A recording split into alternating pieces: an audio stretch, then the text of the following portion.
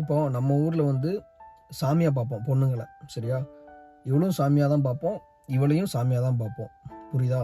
So 2 பேருமே சாமியாக பார்க்கும்போது சில நேரத்தில் அந்த பொண்ணை வந்து ஏன் ஒரு அடக்குமுறைக்கு வந்து ஒரு அடக்கி தான் வைக்கணும் அப்படிங்கிற மாதிரி ஒரு பொண்ணை வந்து தள்ளப்படுறது. ஏன்னா ஒரு பொண்ணு இவ சாமியாக இருக்கா, இவளை கோயிலில் போய் பார்க்கறதுக்கு இவளுக்கே ஒரு சில நேரத்தில் அனுமதி இல்லை. ஏன் அனுமதி இல்லைன்னா, இவளுக்கு வந்து ஒரு மாதவிடாயோ ஒரு பீரியட்ஸ் இருக்கிறப்ப கோயிலுக்குள்ளே எதுவும் அலோவ் பண்ண மாட்டாங்க. ஸோ ஏன் அலோவ் பண்ண மாட்டாங்க அப்படின்னா, இவங்க வந்து நிறைய ஒரு கதைகள் சொல்கிறாங்க. என்னென்னா அது வந்து ஒரு தீட்டு, அது வந்து ஒரு தீட்டு ஆயிரும். இப்போதைக்கு ஒருத்தர் மாலை போட்டால் கூட சாமி வந்து ஒரு பொண்ணை தொடக்கூடாது, கணவன் மனைவியாக இருந்தால் கூட அந்த பொண்ணு வந்து தொடக்கூடாது, இது வந்து தீட்டு ஆயிரும் அப்படின்றாங்க.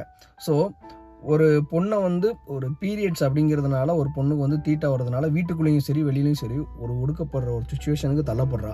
அது மட்டும் இல்லாமல் ஒரு கோயிலுக்கு ஒரு பொண்ணு ஒரு பெண்ணாக இருக்கிற ஒரு சாமியவே அந்த பொண்ணு போய் பார்க்க முடியாது, கோயிலுக்குள்ளே வரக்கூடாதுன்னு சொல்கிற மாதிரி ஒரு சுச்சுவேஷனுக்கு உள்ள ஆளாக்குறாங்கல்ல. அது ஏன் அப்படி? ஏன்னா மனுஷனாக பிறந்த எல்லாருமே அதுலேருந்து தான் வந்திருக்கோம். நீ தீட்டுன்னு சொல்கிற அந்த ஒரு இடத்துல இருந்து தான் நானும் சரி நீயும் சரி எல்லாருமே அங்கேருந்து தான் வந்திருக்கோம். அப்படிங்கிறதுனால அப்புறம் அந்த பொண்ணே எப்படி தீட்டா ஆவா? ஸோ இந்த கேள்வி கொஞ்ச நாள் மண்டையில் ஓடிக்கிட்டு இருக்கு. சில அதிமேதாவிகள் என்ன சொல்கிறாங்க அப்படின்னா, ஸோ இந்த மாதிரி மாதவிடாய் காலத்துலேயும் பீரியட்ஸ் இந்த மாதிரி வந்த நேரத்தில் பொண்ணுங்களை ஏன் கோயிலுக்குள்ளே வரக்கூடாது அப்படின்னா, ஸோ அவங்களுக்கு வந்து அந்த ஒரு துர்நாற்றம் அடிக்கும், ஒரு ஒரு ஒரு கெட்ட ஸ்மெல் அடிக்கும், அது மட்டும் இல்லாமல் அது கோயிலுக்குள்ளே வந்து அந்த இது ஆகாது அப்படி இப்படின்னு ஏதோ ஒரு கதை சொல்கிறாங்க.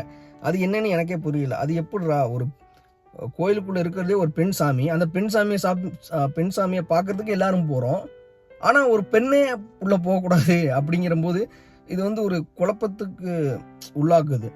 ஸோ இதுக்கான ஒரு ஒரு விடை தான் என்ன? ஏன் ஒரு பெண்ணை தீட்டா பார்க்குறாங்க?